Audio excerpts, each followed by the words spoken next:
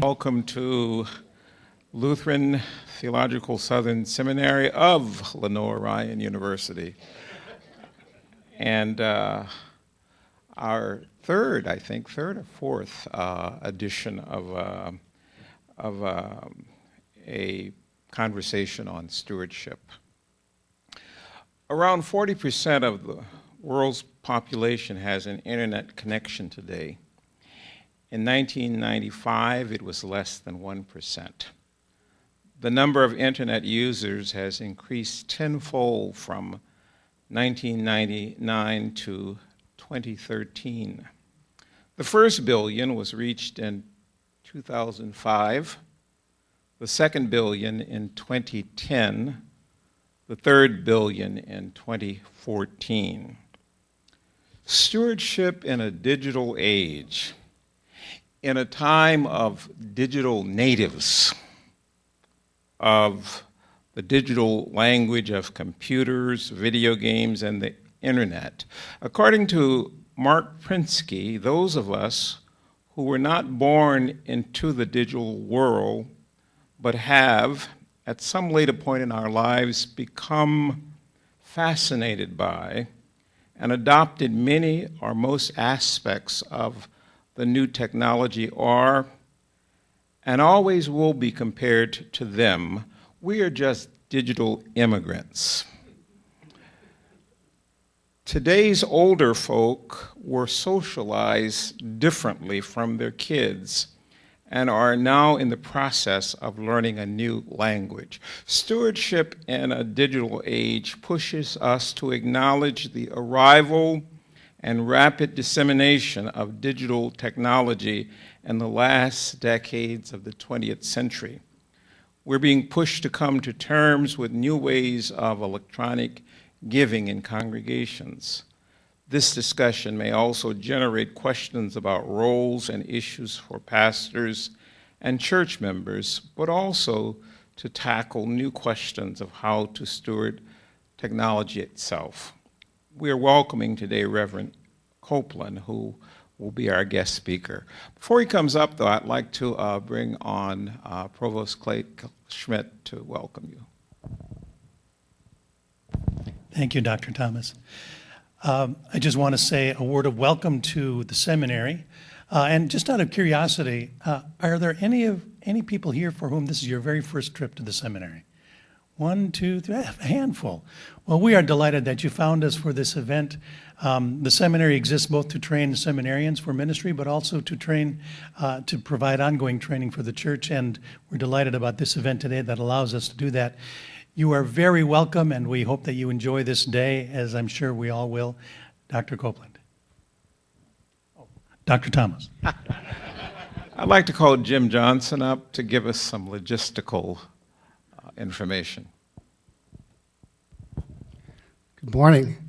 It's my privilege to serve the seminary as musician, but also assist with event planning and other projects that Dr. Schmidt might need some help with, so I'm here in that capacity.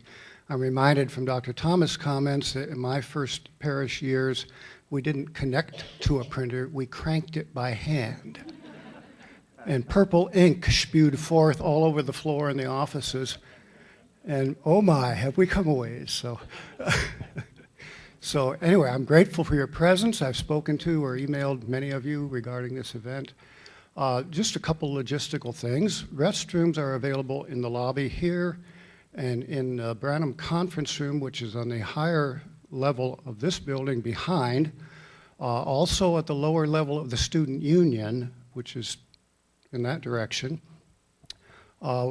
Lunch will be in Reinert's Hall, which is in the lower level of the chapel, and there are 2 menu options and plus a vegetarian option, and we ask if you take the vegetarian option only if you ordered it, because that's the number of requests we have for that. Our breakout groups will be done at the conclusion of this first presentation, and we will introduce the leaders, facilitators for those groups at that time. Trying to think what else I need to bring to your attention. But I think that might be it for now. So again, welcome. Glad you're here. Thank you, Jim. Reverend Adam J. Copeland teaches at Lutheran Seminary in St. Paul, Minnesota, where he's director of the Center for Stewardship Leaders, an ordained pastor in the Presbyterian Church USA. His research engages questions of digital religion, stewardship, crowdfunding, and religious rhetoric. I hope I got that right. He's pursuing a PhD in rhetoric, writing, and culture at North Dakota State University. He's editor of Kissing in the Chapel, Praying in the Frat House, Wrestling with Faith and College, 2014, and author of several book chapters on ministry and culture. We're delighted to have you with us today, Adam.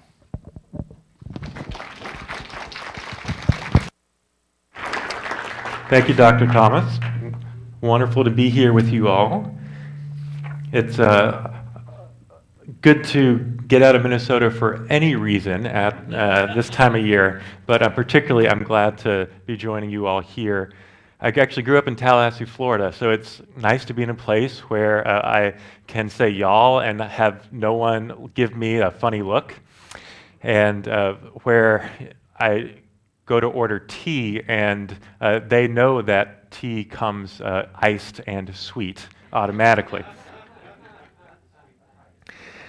So this morning I'm going to focus on describing and analyzing where we are today in terms of stewardship and in terms of technology and some aspects of digital life. This afternoon then, I'm going to focus on some of the cutting-edge possibilities around stewardship and our digital culture. Particularly, I'll be looking at some that have been implemented by congregations. I'll share some of those stories. And I'll be imagining as well what the church might do if we truly took up the call to stewardship in a digital age. So I hope you'll come back this afternoon. Sort of, really it's going to be sort of foundational first, and then after that foundation is set, well, what then? Sort of, what do we do? How do we practice life in stewardship in the digital age? I'm happy to take questions of clarification along the way. I promise, though, I will leave room for questions, and by saying that, it makes me keep myself honest to it. And also looking forward to I'm grateful for the conference setup that you have the opportunity to have conversations in small discussion groups later. A quick question, is there a hashtag like that the seminary uses normally? Rise up? Cool, all right. Let's use Rise Up. And if there's stewardship-related tweets, feel free. The hashtag StewLead is one that I'm trying to make popular. StewLead, STEWLEAD. So Rise Up and StewLead. Feel free to use those hashtags for those on Twitter out there. So the first talk today is titled Interpreting the Present Time, Stewardship, and the Digital Spirit of This Age. So let's first get the reality out there. So just asking folks to shout out a word or two, what comes to mind when you hear the word stewardship? You can be honest. What comes to mind when you hear the word stewardship? Money. I heard like 3 monies immediately. Great. Giving, great. Caretaker, okay. Faith, good. Time and talent, yeah, that's all 3 T's. Time, talent, treasure. I like to add in testimony as well, yeah, great. Excuse me? Hard, yeah, that's a good one, yeah, great. Anything else? So, I wanted to get that out there because that's part of the reality. That's part of what we're dealing with. And I think sort of below and behind some of that as well is this longing to make things a little richer, a little deeper, a little more complex when we talk about stewardship. And so I'm going to definitely talk about financial stewardship today, but we're going to get there through the journey of thinking about digital stewardship because I think they're coming together in some interesting ways. So first, what what's the definition of stewardship? So, today sometimes people have done these studies, if you analyze news articles about the market and the economy, people talk about the market in the same way they talk about God. I think similarly, you can do a study that looks at how people talk about Google and how they ask questions to Google and organize their lives around Google. And so, of course, in our first talk on stewardship in the digital age, I need to start with, what does Google say the definition of stewardship is? Well, the first result that just came up automatically is a definition without any sort of Christian connotation. Google says, stewardship is an ethic that embodies the responsible planning and management of resources. Not bad. I think we'll get to more of that management pieces in a little bit. And then in the same search results, in the first page, and actually, by the way, I brought up a new browser and got rid of the cache. So this is the sort of a pure Google search that's not remembering other things I've searched for. On the same first page of the Google results about stewardship, I quickly brought up a Christian site, stewardship.com, which is related to Dave Ramsey's the taglines, which is unaware of inclusive language. Ramsey says, stewardship is handling God's blessings His way for His glory. And then, interestingly, several denominational stewardship sites came up on the first page. The Episcopal Church, the U.S. Conference of Catholic Bishops, the ELCA, and then rounding out the last result is the Lutheran Church Missouri Synod. So that's what Google, the iGod of Google, says. We can also take this a little more sort of complex thing and look at, so this is an analysis that you can do through Google. It's called Ngram. It uses the corpus of all the books that have been digitized that Google has access to. So these are millions of books in all the libraries. And you can do these searches that look at how often words appear in the corpus. So look at stewardship. So stewardship's the top line. Hopefully y'all can see. So it's the blue one. And not a lot going on until mid-80s or so, and then it really took off. Interestingly, so the green line there is fundraising. Was very rarely used. It actually may not have been much a word in the language until 1960, and then took off. And then the other one I put up, just interestingly to compare, is tithing. And it's gotten down. It's still certainly used, but it's not what it used to be, and continues to sort of level out there. So also in this Google Ngram, you can search words connecting, how are words both being used together. And I think that this explains some of that rise in stewardship. So I searched for stewardship and money.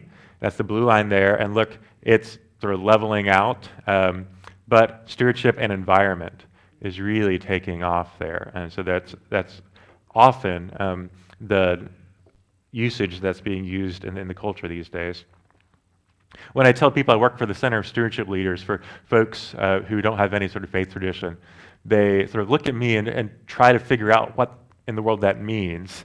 And often we get to a conversation immediately about creation. And they probably wouldn't call it that, about earth care, maybe.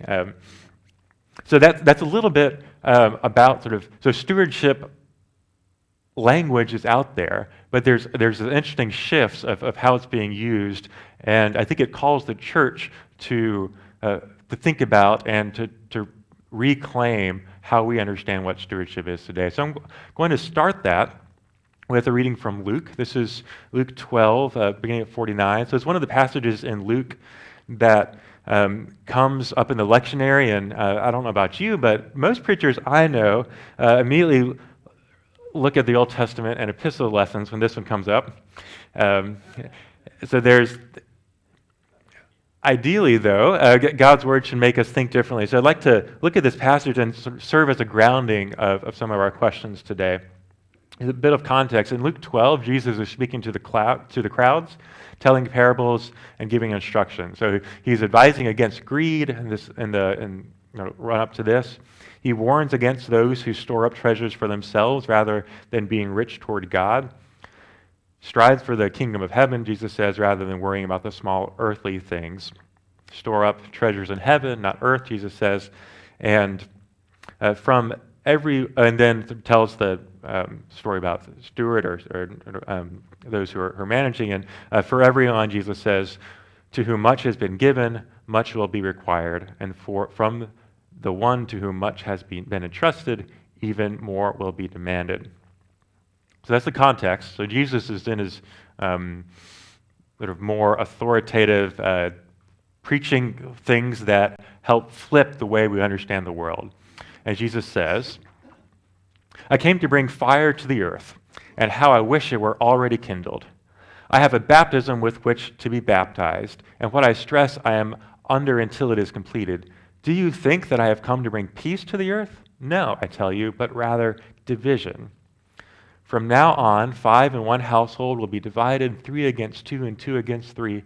They will be divided, father against son, and son against father, mother against daughter, and daughter against mother, mother-in-law against daughter-in-law, and daughter-in-law against mother-in-law.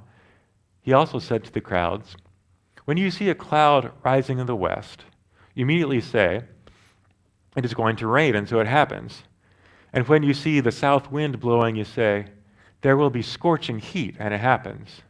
You hypocrites, you know how to interpret the appearance of earth and sky, but why do you not know how to interpret the present time? I want to briefly note that fire and baptism and division are all a result of God's rule here and are important themes in scriptures, but I want to particularly focus on that final verse and help us think about interpretation and discernment.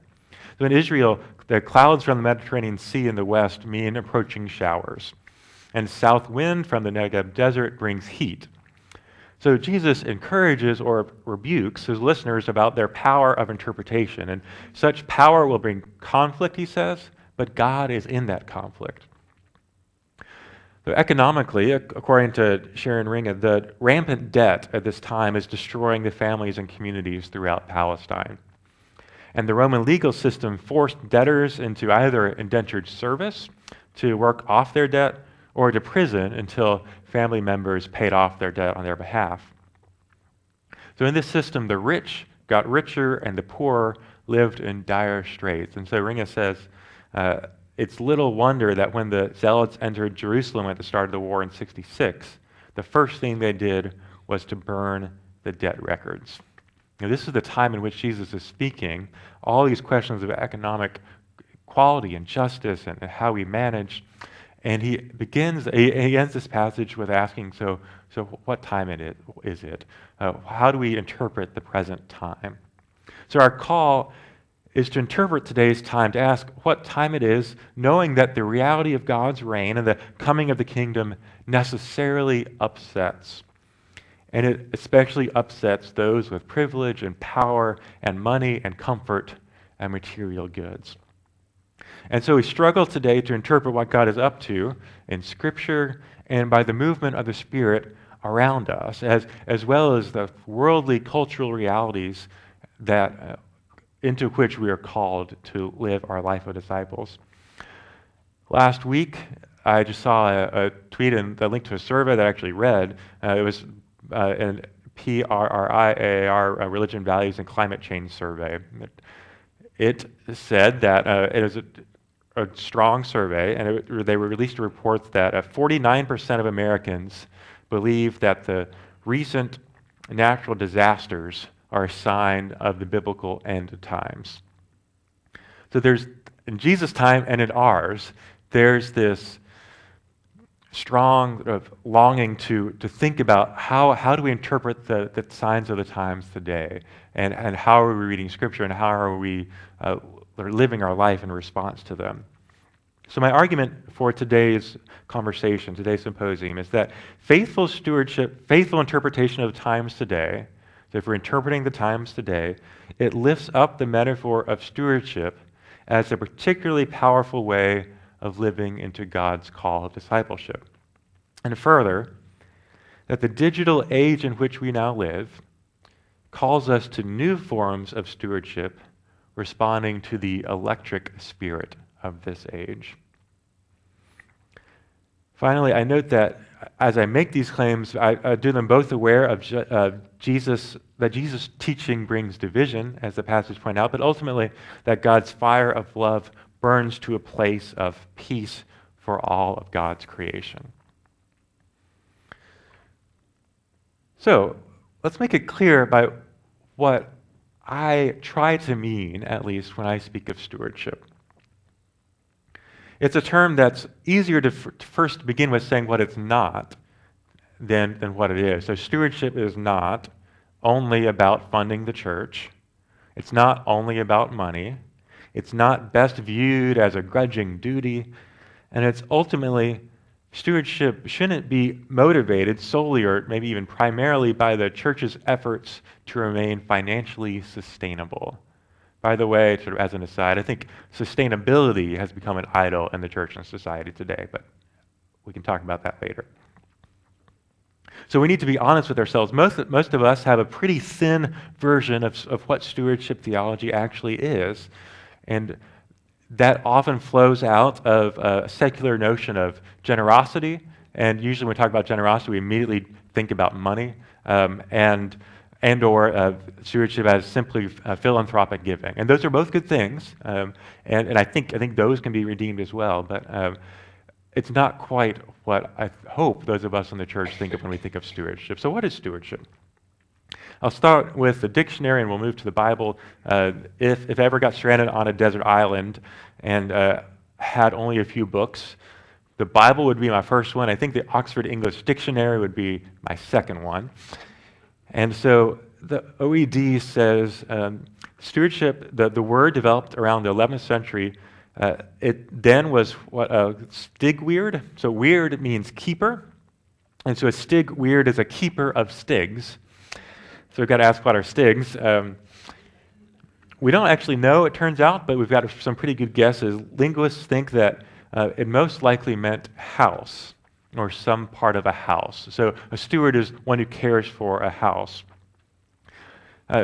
Note this, and this is not exactly original research. This is just reading from the OED. But in many stewardship books, you'll see that that the word steward comes from caring for pigs, caring for a pigsty, and it was sty ward. But the OED makes it very clear there is no ground for the assumption that stigweird originally meant keeper of the pigsties. So when you read those stewardship books and it says that, you can say, no, I know better. And according to the OED at least, it's historically a steward is one who supervises the domestic affairs of a house and at the service of a master's table. So we can think of, if you're a Downton Abbey fan, think of Mr. Carson. So he's the butler who supervises all the servants, who cares deeply for the house and its history, and who manages the estate on behalf of his employer. So a steward then has great responsibility over property. It often has significant ability to choose how to manage that property, but is not, in fact, the owner. The steward acts on behalf of the owner, but answers to him or her. So any of you who have house sat may have had this sort of experience. Right before we got married, my wife spent a summer in Tallahassee, and she house sat for a beautiful couple that went up to New York for the summer. And as she was getting the tour of the house, the couple said, well, there's only two things we need to particularly be concerned about. One is caring for our cat, Butterscotch. And Butterscotch was gorgeous. She also had this really sort of big, thick fur, and so you had to brush Butterscotch a few times a week. My wife is not a cat person, so it was good the house was free, put it that way. And then she said, and there's only one other thing. You've got to care for, you just got to water our one plant. And Megan's not a plant person, but she said, great, I'm getting a free house for the summer, no problem, plant. And then she said, and by the way, this is the only remaining plant from a graft of my great-grandmother's plant. So at the end of the summer, the cat, Butterscotch was great, but the plant needed a little TLC. It was going to be okay, but my wife's gifts are not in plant care, apparently. But that notion, though, that for the whole summer, my wife was having to make decisions about care for the house, care for being a neighbor in the neighborhood, looking after the plant and the cat, and just sort of being the one who cleans and takes care of the property. But it wasn't hers. She didn't own it. And so that type of thinking is how we sort of set the foundation for stewardship. All right, so the whole Bible is suffused with stewardship theology, and so I'm going to go quickly through some biblical foundations. I recommend particularly Douglas John Hall's classic, The Steward, A Biblical Symbol Come of Age, and in the packet there's several book recommendations as well. So always when I speak at a seminary, I feel a bit weird when I speak about Scripture because I know that compared to others in the room, my languages are a bit rusty, but here's a few sort of foundations about translation and sort of that help us sort of think about stewardship in Scripture. So in the New Testament, Jesus' view of stewards reflected their place in the corrupt economic system. So when Jesus does refer to stewards, it's usually questioning the wisdom of a steward. And actually at the time, that reflected a cultural reality. Paul uses the term oikonomia. So oikos, any students here? Oikos means house, great. And nomos, law. All right, so economia is the management of a house, a task, a work, a responsibility. So broadly, though, economia has this grown to mean the management of a larger scale matter than just houses. So early Christian writers apply the term to God's ordering or plan for reconciling the worlds to God's self, and thus grew the phrase God's economy. And actually, Jonathan Wilson Hartgrove just came out with a book not too long ago called God's Economy, Redefining the Health and Wealth Gospel. And in the Old Testament, generally speaking, we don't find an explicit word-for-word translation of steward, of how we think of that word exactly today, but we draw upon a lot of Old Testament texts for the basics of stewardship theology. So, of course, there's Genesis 1 and 2, where we don't actually find an explicit word that means stewardship, but we look at passages like Genesis 2:15 and look to the earth creature from the red clay of the earth, and our task is to be cultivator, gardeners who till, keep, and care for the earth custodians, stewards.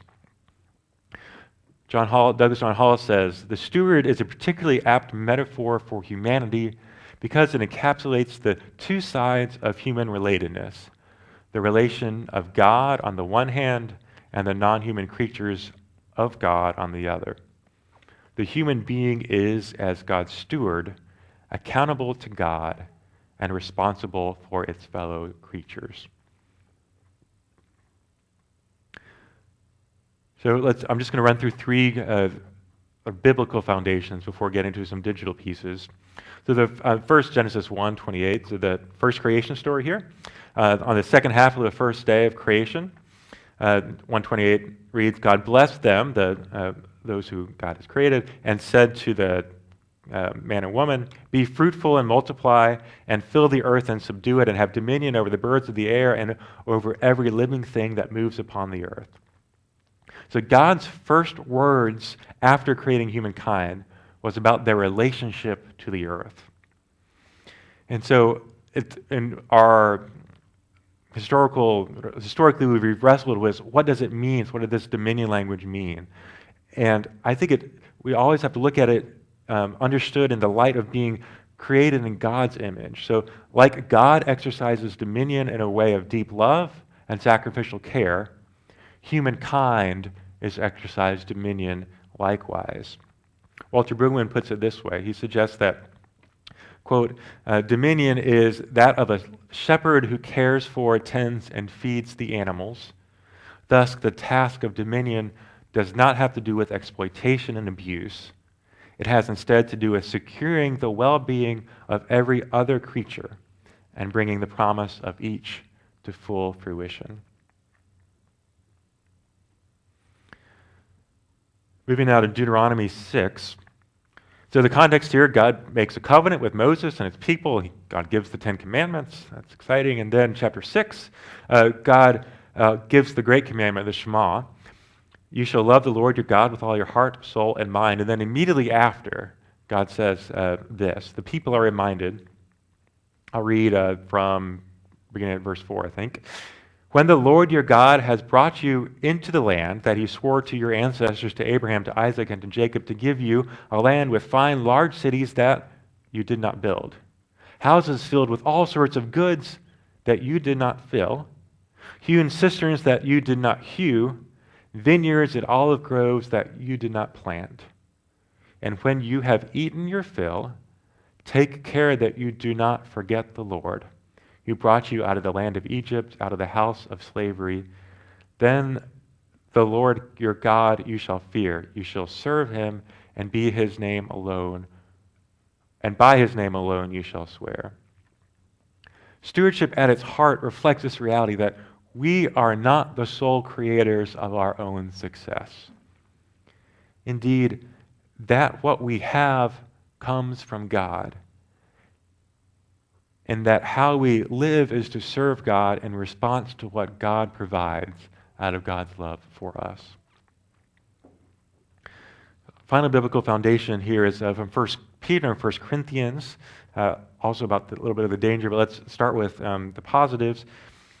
1 Peter 4:10, after instructions concerning personal discipline, hospitality, and the ways to show love, Peter writes, like good stewards of the manifold grace of God, serve one another with whatever gift each of you has received.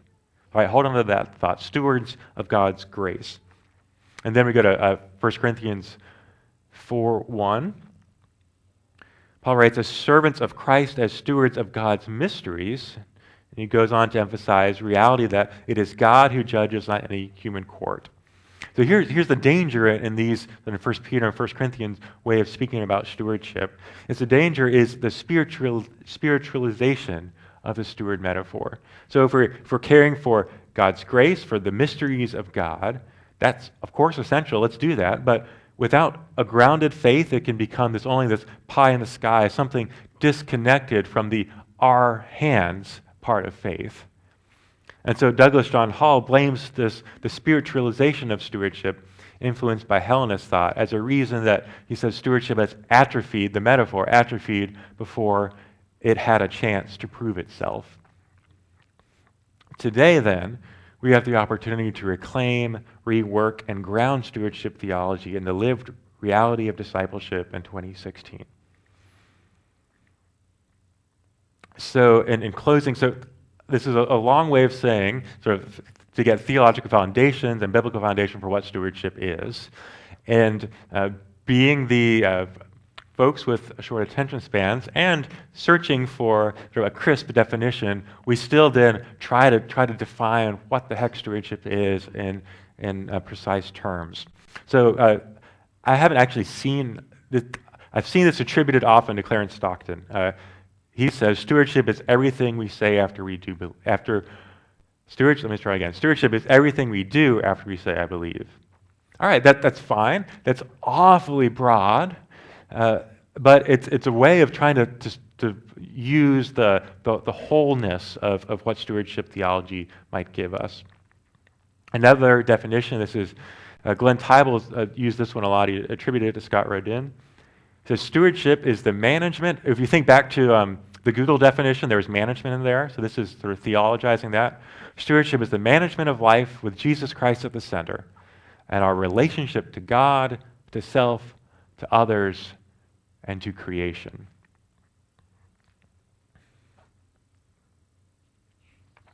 I'll see some of your writing. I'm pausing a bit. Next is Rolf Jacobson's definition. So I teach a class, Money and Mission of the Church, so I may refer to some of that class throughout the day. And I give them a big, long list of different definitions of stewardship and try to get them to fight out which one is best. Often, this is the one that they claim most. It's very orthodox, but it says a whole lot in a few amount of words. This is Rolf Jacobson's. Because we belong to God, everything about us belongs to God. Ourselves, our bodies, our families, our time, our relationships, even our possessions.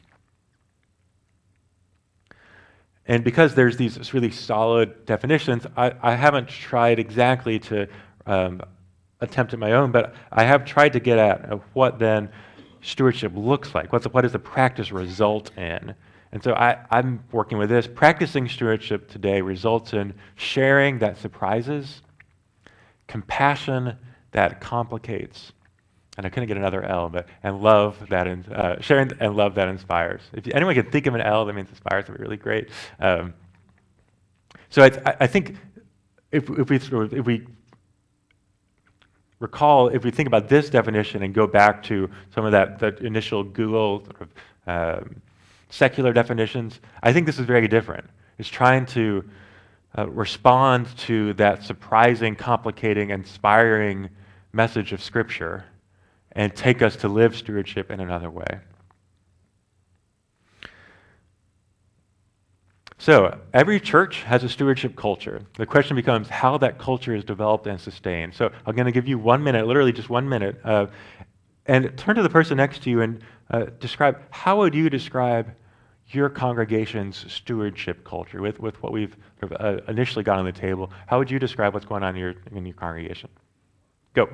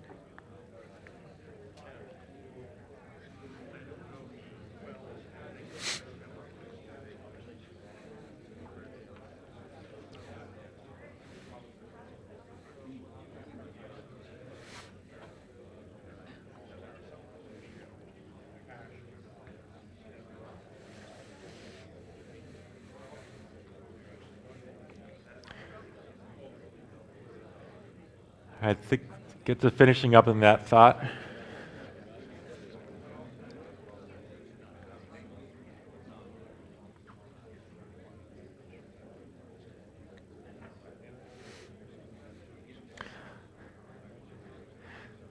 So this is the sort of thing I hope you can continue in your discussion groups, the breakout groups later.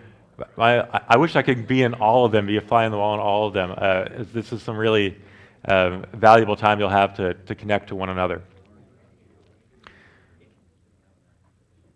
So we've got this stewardship thing going on, all right? So there's this foundation of stewardship biblically and theologically, and now we're going to move to thinking about digital culture and where we are with sort of digital world. So here's a short video that helps us sort of grounds us in what's going on in digital life today. It's by a marketing company, so there's a little bit of marketing influence, but hopefully it'll be instructive.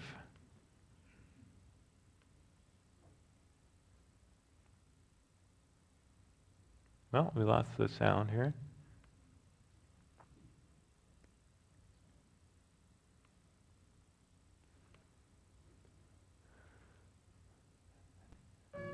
There we go.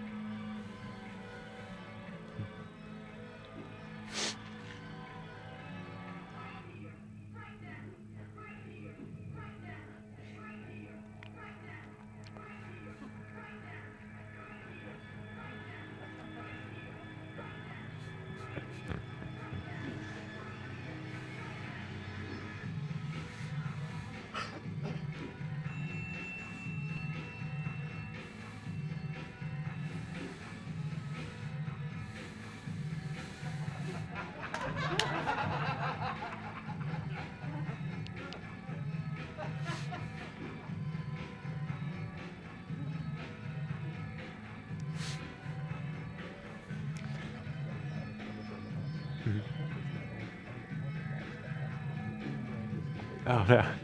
No, that's, if you have it, yeah, send me an email, that'd be great. Sorry.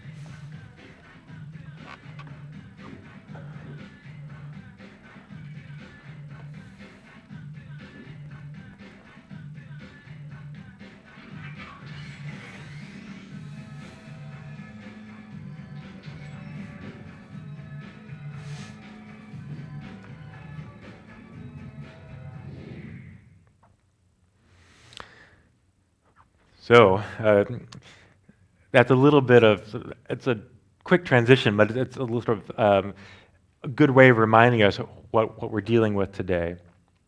Craig Detweiler is author of iGods, which is a great little book, How Technology Shapes Our Spiritual and Social Lives. And he says Karl Barth allegedly encouraged young theologians to live with the Bible in one hand and the newspaper in the other. So both these texts now are in a single device. And we're challenged to unlock the Bible contained within our smartphones, the captivating device tied to all of human knowledge that can lead us to folly or wisdom. And so part of my foundation here is we can't avoid the fact that technology is shaping our lives. We live in a digital world, and in that digital world today we have choices. We have the ability and the responsibility to discern a faithful way to engage. So the rest of this morning presentation, I'm going to go through several marks of this digital culture and how they might sort of help us think about stewardship, and also just sort of set some conversation for your discussion groups and later. So first, participation, and then we'll do authority, authenticity, agency, and presence. So Henry Jenkins is sort of coined this phrase, participatory culture. And I'm going to read a little bit more than what's on the slide, but you've got the gist of it there. A participatory culture is a culture with relatively low barriers to artistic expression and civic engagement. Strong support for creating and sharing one's creations, and some type of informal mentorship whereby what is known by the most experienced is passed along to novices. A participatory culture is also one in which members believe that their contributions matter and feel some degree of social connection with one another, or at least they care what other people think about what they have created. We think about sort of how our elementary school classrooms have changed. They very much reflect this participatory culture. It's not a teacher in front telling folks exactly what they should think, but students helping create and together suggesting ways forward for the classroom, and the teacher helping that along the way. So here's an example, and I tell it, so I used to live in Fargo, North Dakota. It sheds a little bit of light on what it was to live in Fargo, but also explains the participatory culture really well. So this was 2014, the summer of 2014, so I've got a little blog, and I wrote a blog post called, with the title, "I'm Ambivalent About Fargo, and You Should Be Too." And so it connects to, so Fargo, North Dakota, if any of you read business magazines, like it's often highlighted as one of the top 10 places to live, despite the weather, and because it's got this really, unemployment's like below 2%, the civic government works really well, it's part of the oil boom, but not right in the middle of it, so it's got sort of good effects from it, and there's this great tech and medical economy there. So there's always these really super positive articles about Fargo. And I just wrote a little blog post and said, great, I'm not opposed to all this, but let's also, as we remember the beautiful things about Fargo, let's remember the sort of more complicated nature, and try to bring out some of the social realities that don't get talked about in the business magazines. I just posted this on my blog and put it on my Facebook, and made a hashtag, ambivalent about Fargo. It went sort of mini viral in Fargo, and the next day I got a call from a reporter at the newspaper, and they wanted to write an article about the blog post, and it ended up 2 days later being the front page of the paper. This is a true story. It beat out what below the fold was a story about a woman with 70 cats. So let's remember sort of the Fargo news scene. But what I was doing, so, and you can still go back to Twitter and see ambivalent about Fargo as a hashtag. So what I was trying to do, originally was just, I have this sort of conversation about ambivalence about Fargo with my friends all the time. And I just wrote it up on a blog post and shared it. And the participatory culture then went with it. And they went with a hashtag. They had a conversation all over Facebook, and then ended up getting picked up by legacy media, by a newspaper. And that's the sort of culture we live in, where this sort of very, literally, it was a conversation I have like Friday nights with my group of Fargo friends, and it sort of flowed into this. Let's skip this. All right, so that's participatory culture, participation. Well, I'll say one last, just very quickly, and we can talk about it later, but so narrative budgets are a way to respond to some of the participatory culture realities. So they invite people into the understanding what the budget's about. We can talk about more in a second. All right, authority. So authority is another thing that's shifting in our digital age. So digital age shifts how we view, maintain, and cultivate authority. So on the one hand, the Pope has more than 20 million followers on Twitter. But by tweeting, the Pope also becomes one of many voices in a crowded media field. And the Pope's people, I don't know exactly who they are, but they also have to decide, are they going to respond to tweets? How do they deal with those who are responding to the Pope's tweets in a negative way, or casting aspersions? Overall, we're moving to a less hierarchical understanding of authority. So I think YouTube stars are huge these days, and rather than TV network executives getting to pre-select the shows that will become popular because they go out and broadcast media, these 13 and 14-year-olds that have great personalities and an eye for production are becoming stars on YouTube. Authority, too, has become dispersed, and so there remains a place for empowered laity and a centrality of face-to-face relational experiences. So even though sort of authority is, we're questioning authority, but then I think it calls the church into an example. I don't think I have a slide for this, but WATSI.org, WATSI.org, just has a really interesting example of how a nonprofit seeks to gain authority. They just came out with their 2015 annual report. It is the most invitational, beautiful example of a nonprofit seeking to grasp authority by being incredibly transparent about what they do. And so it's a national nonprofit. Their budget is shared on the website in Google Documents. And you can click and see where the money goes. They've got multiple charts, they've got videos. And so for our congregations, we need to remember and to seek ways to claim our authority and to be participatory about how we get that authority. All right, 3, authenticity.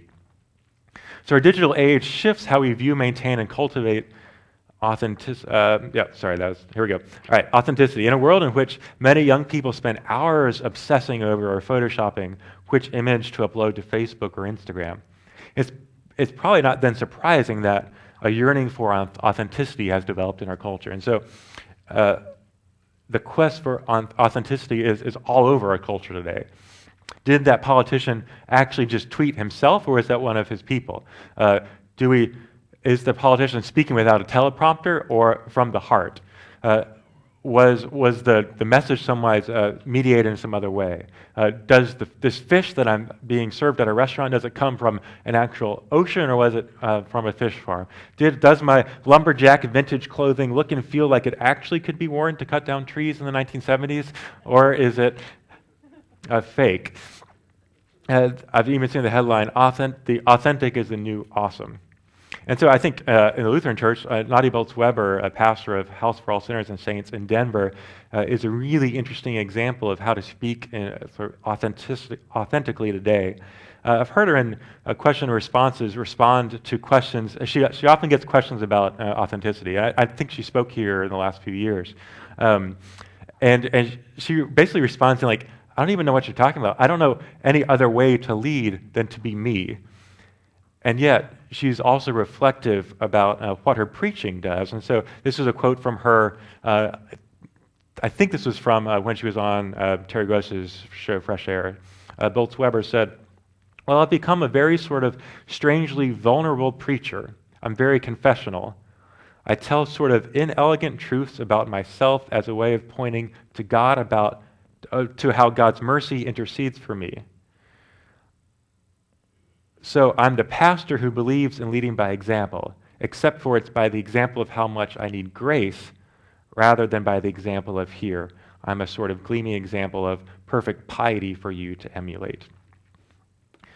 So when it comes to how that sort of connects to sort of initial question about how that connects to stewardship financially, I think it pushes us to have financial decisions that are transparent and open and really sort of claimed in an authentic way and part of something that we can sort of be proud of rather than hiding. And so a church I know in San Francisco, they emailed their budget out. It's on a Google Doc to all their members and ask for feedback. And so it's just they have this radical transparency.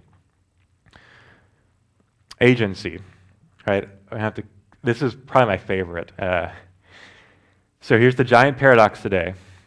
On the one hand, we emphasize personal choice, and on the other hand, many of our systems increasingly narrow the ability of us to choose.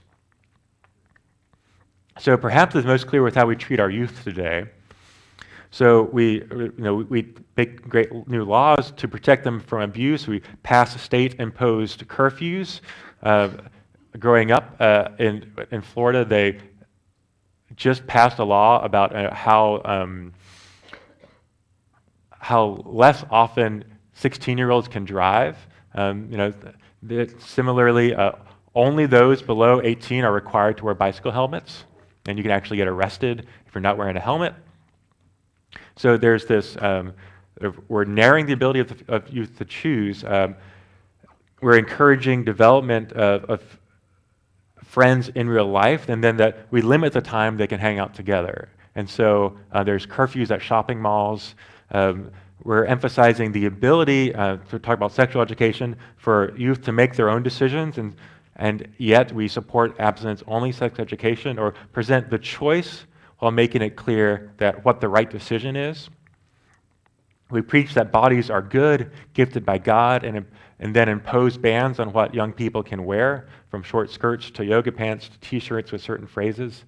So Dana Boyd, who's a social media researcher at Microsoft, she says, social media, far from being the seductive Trojan horse, is a release valve, allowing youth to reclaim meaningful sociality as a tool for managing the pressures and limitations around them. So that's all to say, today we say it's all about choice, but we don't analyze the reality in which we're making those choices. So if I had more time, I'd talk about John Cisna. This is a really interesting story. He lost 65 pounds by eating for 6 months straight at McDonald's. I said that right? He ate for 6 months at McDonald's, and then he launched this film. It's an interesting little watch called "Choices Make the Difference," and it's fascinating to analyze. The thesis of the film is all you have to do is choose, but there's no sort of critique about access to education, about healthy food, about how living in poverty affects one's ability to make choices, about the importance of safe, walkable neighborhoods, park gyms, and money to buy exercise equipment. Let me say more about that last, presence. So if there used to be a strict line between in real life and online, that line has evaporated. So some ways that presence have shifted in my life. So I'm present both online and face-to-face when I'm teaching classes online. Colleagues with Apple Watches are somewhat present in conversations, but are also looking at their wrist a fair amount. When I'm Skyping with my nieces in Alaska, they live in Alaska, I'm in the cities, that I'm present with them, except I'm not, but I am, and you can think of Snapchat. We could sort of all the different ways that, to use the lingo, I'm curating my own digital presence. So the ways we negotiate what presence mean today are shifting. Ultimately, then, for church leaders, we're present. We should sort of emphasize being present in our community online so that we can join them in the journey. If our members are online, we can be present with them there as well. We can listen to and become aware of what good news they're sharing online or what deep hurts they're sharing, and all that enhances our face-to-face presence together. All right, so in summary, stewardship theology, we're going to skip this. Stewardship theology reframes how we must live and act in the world today. As we interpret the signs of the times, we become aware that we live in a digital age, and we engage, as we engage, and I think we must engage, we should do so aware that the shifting realities of participatory culture, authority, authenticity, agency, and presence.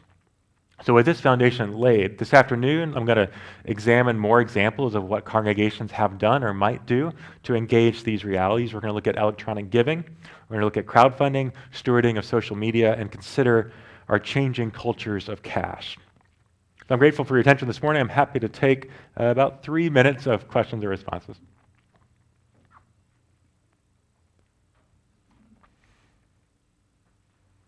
Just a quick response. Yeah. What you were just talking about presence was on media versus in person, Mhm. how it's kind of coming together. With the recent snowstorm on Mhm. Facebook, I noticed a lot of northern churches Yeah. were actually having congregation worship online Mhm. because they could not travel to the church. I found that to be quite intriguing. Yeah, that's a great example.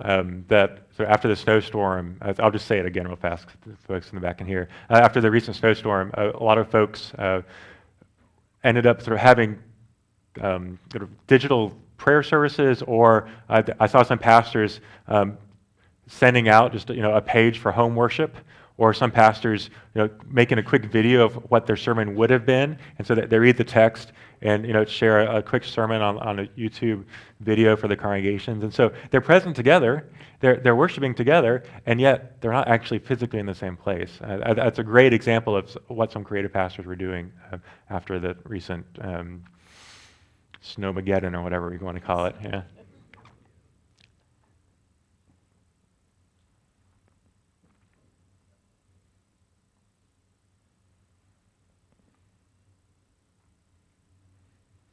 Well, we can move to the panel. You're going to have plenty of time to have conversations together. In the packet, there's some questions that I hope you might be able to sort of go with your discussion groups, but also just sort of wherever you want to go. Also, I'm looking forward to hearing from the panel, and because all of this, sort of this morning is a little more theoretical than this afternoon, but I always want to push us to remember then what's happening in our congregations, and what God is doing there, and how all this sort of digital age stuff is connecting. Oh, and then we'll say that's done. All right. Move to the panel.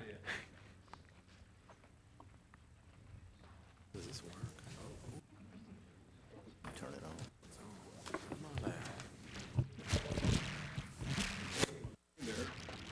That in your packet, there is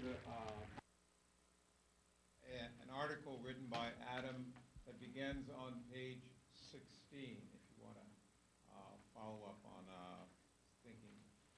If you speak and you're near a mic, just put your finger on the little face that's on the mic system there, and you'll see the red light come on right at the base of the mic, and we can hear you a lot better. Yep, I see.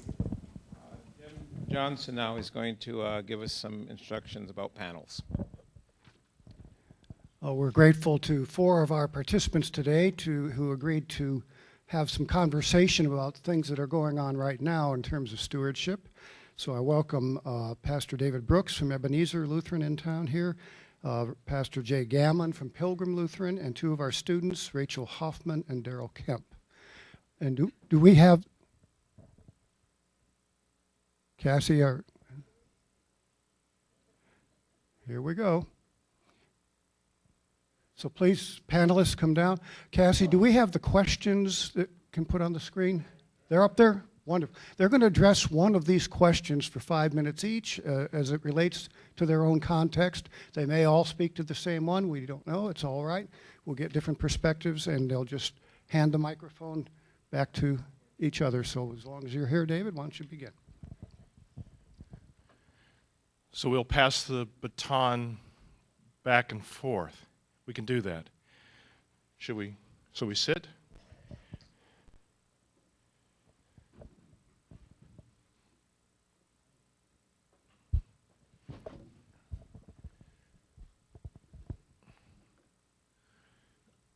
So yes, as I understand this, crane our necks and look over the back. There were one of 3 possible questions that we had a few moments to speak to in turn. One would be describe what the stewardship culture looks like in your context. A second question would be share your most immediate stewardship-related challenge. Or 3, share a stewardship approach that has gained traction in your context. And I know that the instructions were to speak to one of those, but I would, in a weird way, all 3 of those really do kind of come together. To talk about one of them has to at least give a nod to the others. Again, I'm David Brooks. I'm the senior pastor at Ebenezer Lutheran here in town. And I wanted to talk just a moment about question number 3, about a stewardship approach that is gaining traction in our context. The simple thing that we have really kind of had to wrestle with is understanding that we really needed to even take a step back. I think when we began the morning, you had asked what were some immediate reactions to the word stewardship, and if we had done a quick poll of my congregation, we would have gotten those same kind of responses. And yet those responses are really barriers to what we believe God is calling us to really do and to be as God's people.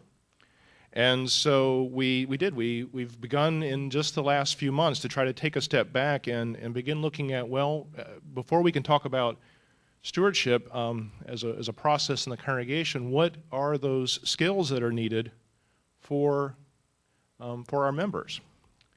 One of the things that we kind of grappled with is that there's actually more desire to be generous and participatory and a part of the ministry that we're doing, but people are simply not in a position to do that. And so we've actually kind of begun looking at ways that we can help our congregation grow in money management skills.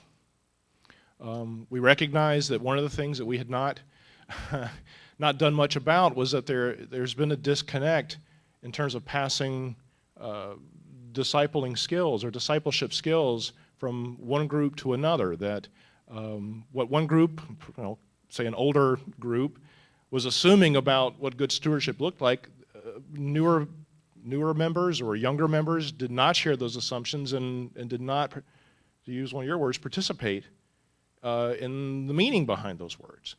And we had a lot of folks that, to be perfectly blunt, are struggling with debt, struggling with money definition itself, struggling with what does money mean in my life, what does using my body faithfully mean in my life, what does participating with my brothers and sisters really mean. And so we've had to take a step back and go, let's unpack some of those topics and not really talk about stewardship as itself, but kind of come at a step back and look at how do we help one another plan and prepare. And then we actually are using this word as it came up on the screen. I actually kind of smiled to myself. We want people to participate. And so we're looking at ways that we can help one another grow in our ability to participate. But to do that, you've got to plan and you've got to prepare. So we're talking about family budgets, and we're talking about preparing for gifts. And we're doing a lot of we're doing a lot of work just to kind of once again sort of close that gap between what one group of people assumes is everybody's knowledge about stewardship and what another group would say, no, that doesn't mean anything to us. Again, as we heard at the beginning, the word stewardship means something very different out in the world at large in many ways. And so we're having to work hard to bridge that gap. I wish I could sit here and say, and we're being very successful at that. I don't know about that yet, but we're trying. We're certainly trying. So.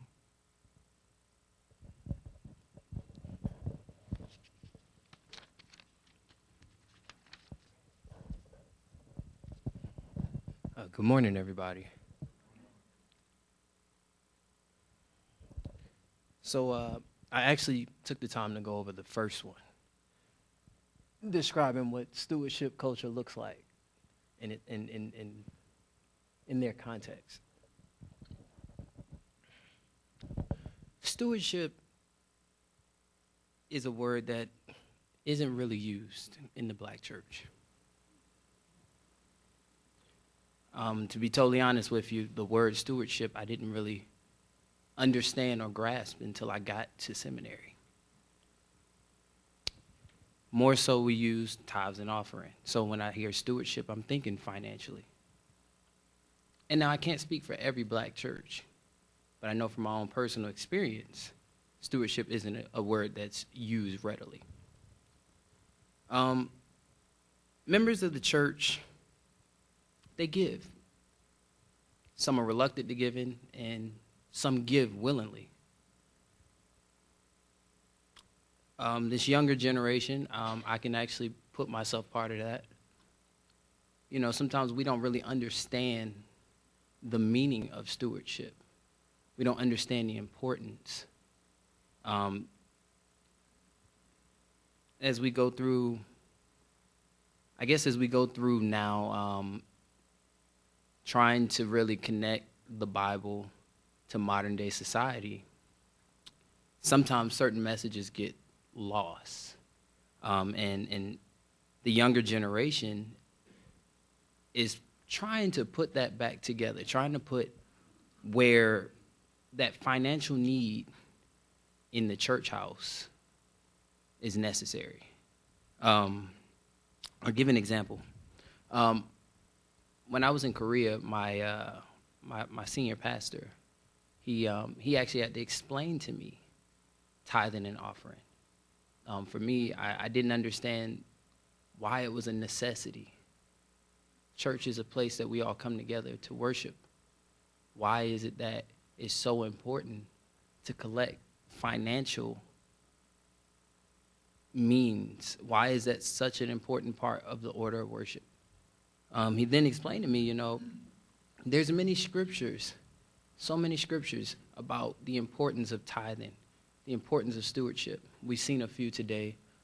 Thank you, Reverend Copeland, for really shedding light on that. And we've seen that, and there are so many. I can't think of the phrase off the top of my head, but I think of specifically 2 Corinthians, chapter 9, verse 7. And I was looking at it, but I don't want to pull my phone out. That's kind of unprofessional.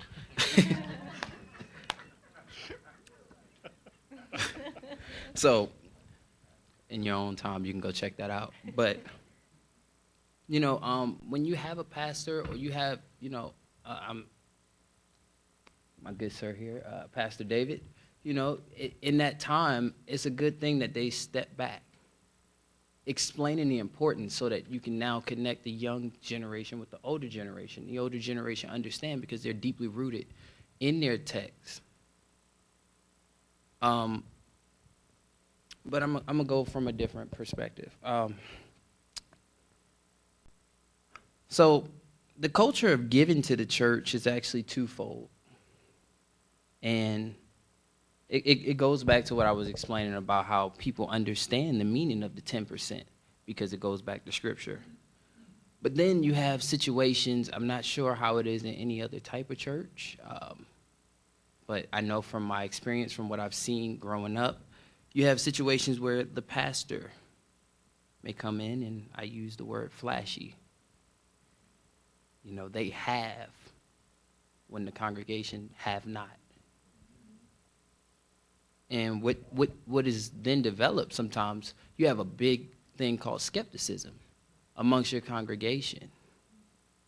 So when you think of stewardship, it's I'm giving, but what am I giving to?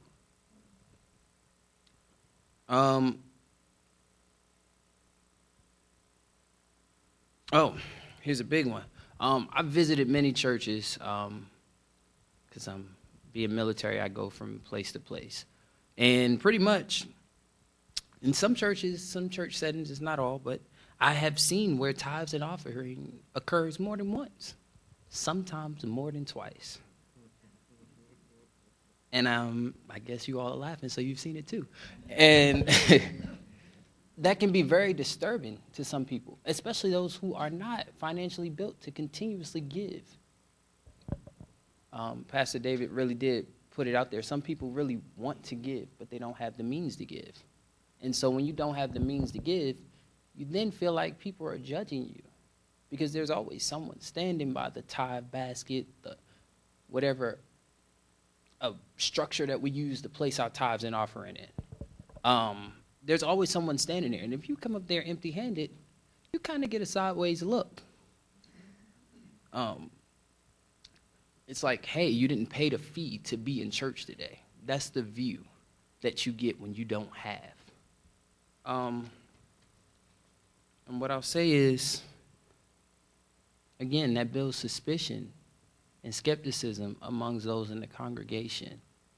And when they feel like all they have to do is, and when they feel like they have to continuously support the church financially, and that's the only way that they'll be able to fit in, it builds a very bad aura in that congregational setting.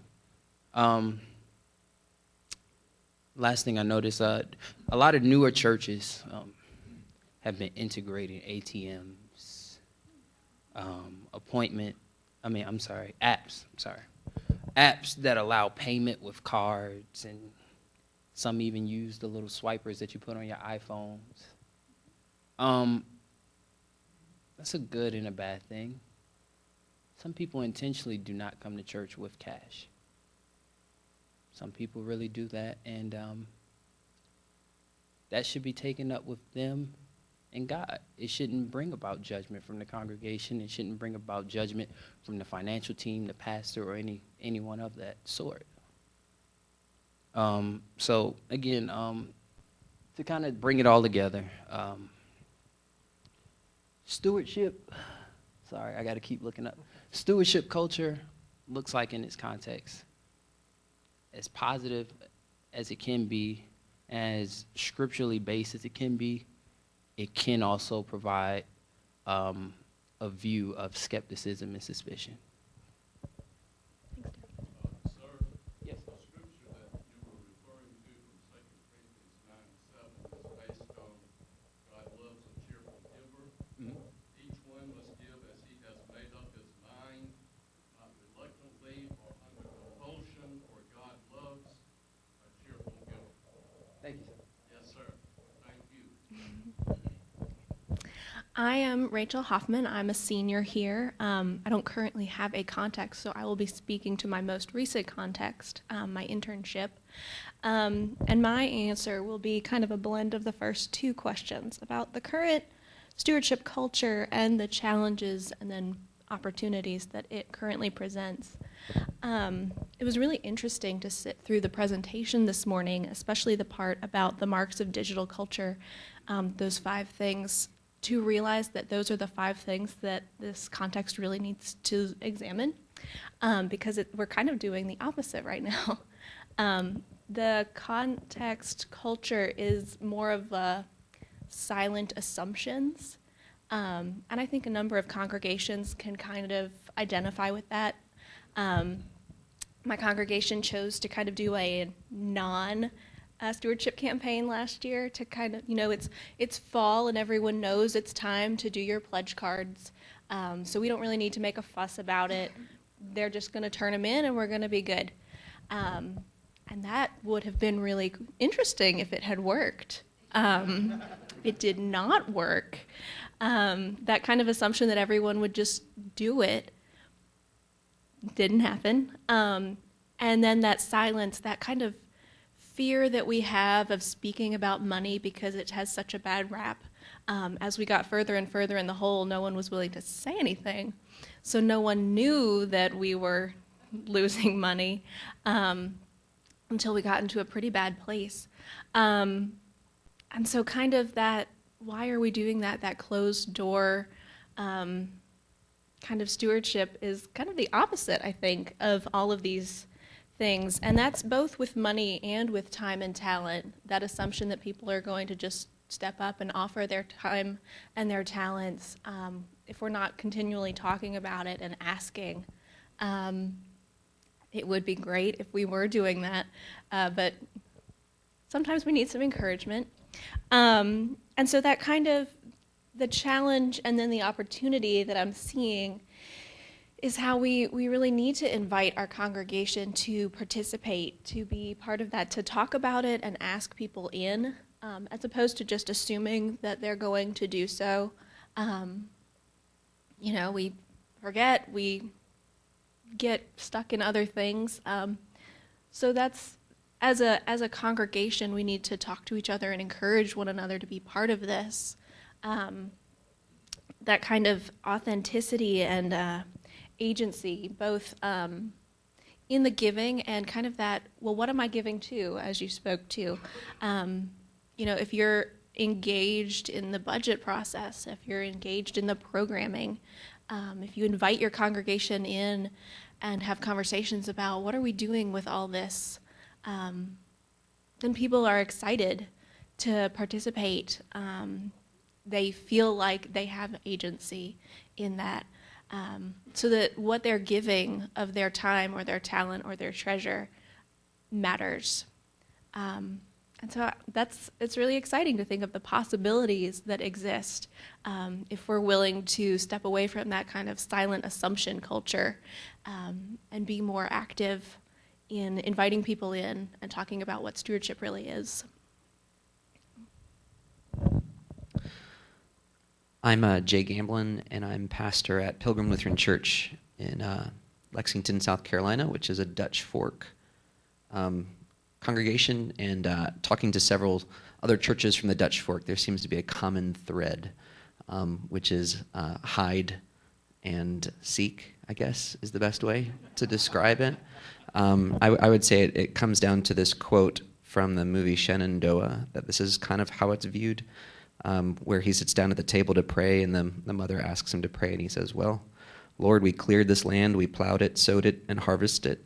We cooked the harvest. It wouldn't be here if it wouldn't be, and we wouldn't be eating it if we hadn't done it all ourselves.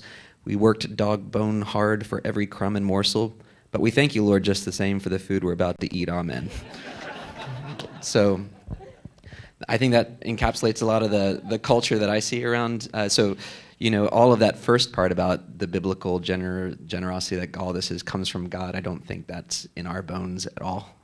Where we're at, it's a lot of the older culture who are our most generous givers are the folks who felt like they've worked hard for what they have, and they're sharing with what they've made rather than what God has granted and given to them. And so that's one of our big challenges in our community, is trying to wake up a different understanding of what belongs to us and what isn't. What doesn't. We've had a complicated culture with pledging and covenanting in our congregation. I've never been, all the churches I've served up to now, whenever we do a pledges or covenanting, it'd be on the low end 70% and on the upper end 100% of return and response. And the first one that we did at our stewardship appeal, and we had only 50% of cards returned, and it only covered, what returned only covered about half of our budget. I thought, oh no, what do I do? And the rest of the stewardship team said, that's the biggest response we've ever had. And so, immediately going, okay, we've got a lot of work to do and understanding and how to grow into this. We have a big struggle right now as well, where we have two cultures in our church, and one culture has been there for 7 generations, and one culture moved here in the 90s. One culture gives probably 70 to 80% of our finances. The other culture gives 70 to 80% of our volunteers and time and energy, and they give of their time and talent and leadership. And so the two cultures are not at war in terms of conflict, but certainly the powers of the money and the powers of the doing are sometimes at odds with each other, because when they want to do something that the money doesn't want to support, they come into conflict with each other. And so there's struggle in making sure that everyone is on the same page in terms of vision and mission. And so we struggle with that. Another struggle is making sure that we have a transparent, honest budget that reflects what we can and can't do. And we've been able to navigate some of that. We've had certain struggles. We've always depended on large gifts to come in from a variety of resources. And then when we had a year like this year where that large gift didn't come, we said, oh no, what do we do? So we've had a struggling year for us financially, but it's also given us a chance to pause and a good step to step back and say what's an honest budget, so that the large gift now becomes over and above giving from what we receive, as opposed to something we depend on as a part of our giving. And then I think one of the big things that's been traction for us is we've changed the name from stewardship into the term generosity. And so what we call everything is our generosity team. And I think people relate and understand that term generosity a little bit better than stewardship. And so we can talk about a spirit of generosity. And I feel like stewardship feels structured and institutional, and generosity feels spiritual and heartfelt. And so that's been a good shift in language in our culture that we're working towards at Pilgrim. We've made some good steps, but we've got a lot more to make. That's Pilgrim. I forgot to say something that I feel is important. I spoke to opportunities that I see, but I wanted to also mention an opportunity that's already being fulfilled. When my congregation finally said, we're in trouble, we don't have this money, that money appeared, because people didn't know. And that's true for, we need people to do this event. We need you to come and participate with us. People want to participate, but if we're not giving them the opportunities, we're not letting them know of our needs, then we're depriving them of that opportunity to participate. So we need to be honest about the opportunities for being generous. I love that term, because they want to give, they just don't maybe necessarily know where that gift is needed. In relation to that, just one thing that's been interesting culture that we've struggled with is we have half the church that says, all you do is talk about money. And then we have half the church that says, you need to talk more about this and we need to become aware of it. And we're just struggling with that tension of like, you want us to tell you, but silently? Like how do you want us to be honest and transparent and yet remove and stay hidden? It's this strange culture that we're trying to navigate right now. Yeah.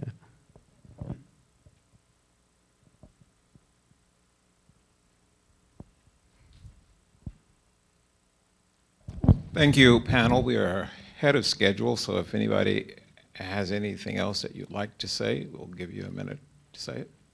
Okay. Very good. Thank you. And now Jim.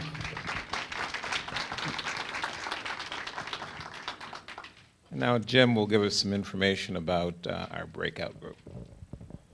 First, one announcement, Murphy's Law of Hospitality has occurred, and the bathrooms in Voight have a broken pipe and are unusable. But the other bathrooms that I mentioned to you in my opening announcements should be available. Our breakout groups are by location. Your name tag has a room number or a room description on it, and you will have a facilitator who has a yardstick with a sign, and we'll call those out one by one and identify your facilitator and follow that person to the classroom. The other follow-up comment I'll make about the microphones that you have on your desks. If you do make a comment through one of those, be sure to turn it off immediately afterwards, because the next person can't turn it on until you do. So please, and facilitators, please look at the questions that were on the sheet for these breakout groups, and don't consider any one of them a priority, but really just open it up for a creative conversation. And please end promptly so that we can all be at lunch together and back here for our second presentation from Adam. Please look, Adam Copeland is our first facilitator group, Voight Classroom 1, and all of those people involved in that can show Adam where that classroom is. There's always a loose end somewhere. Price Conference Room, please follow Ozzy Herlong. Ozzy's sign is there. Beam Classroom 1, Keith Mundy. Keith is right back there. So if you're Beam 1, find Keith. Beam second floor, Alumni Hall, Christine Stockson. And Christine is right in the middle here. Branham Conference Room, Ellen Clough. Ellen's way at the top there. Branham Conference Room, please follow her. Voigt Classroom 2, Karen Culp. Karen is right here. Voigt Classroom 3 is Nathan Gregg, and Nathan's in the middle up near the top. Voigt Classroom 4 is Chris Littman-Kuhn, who is over on this side near the top. And I am leading the Beam Conference Room lower level in Beam, so let's make our way there.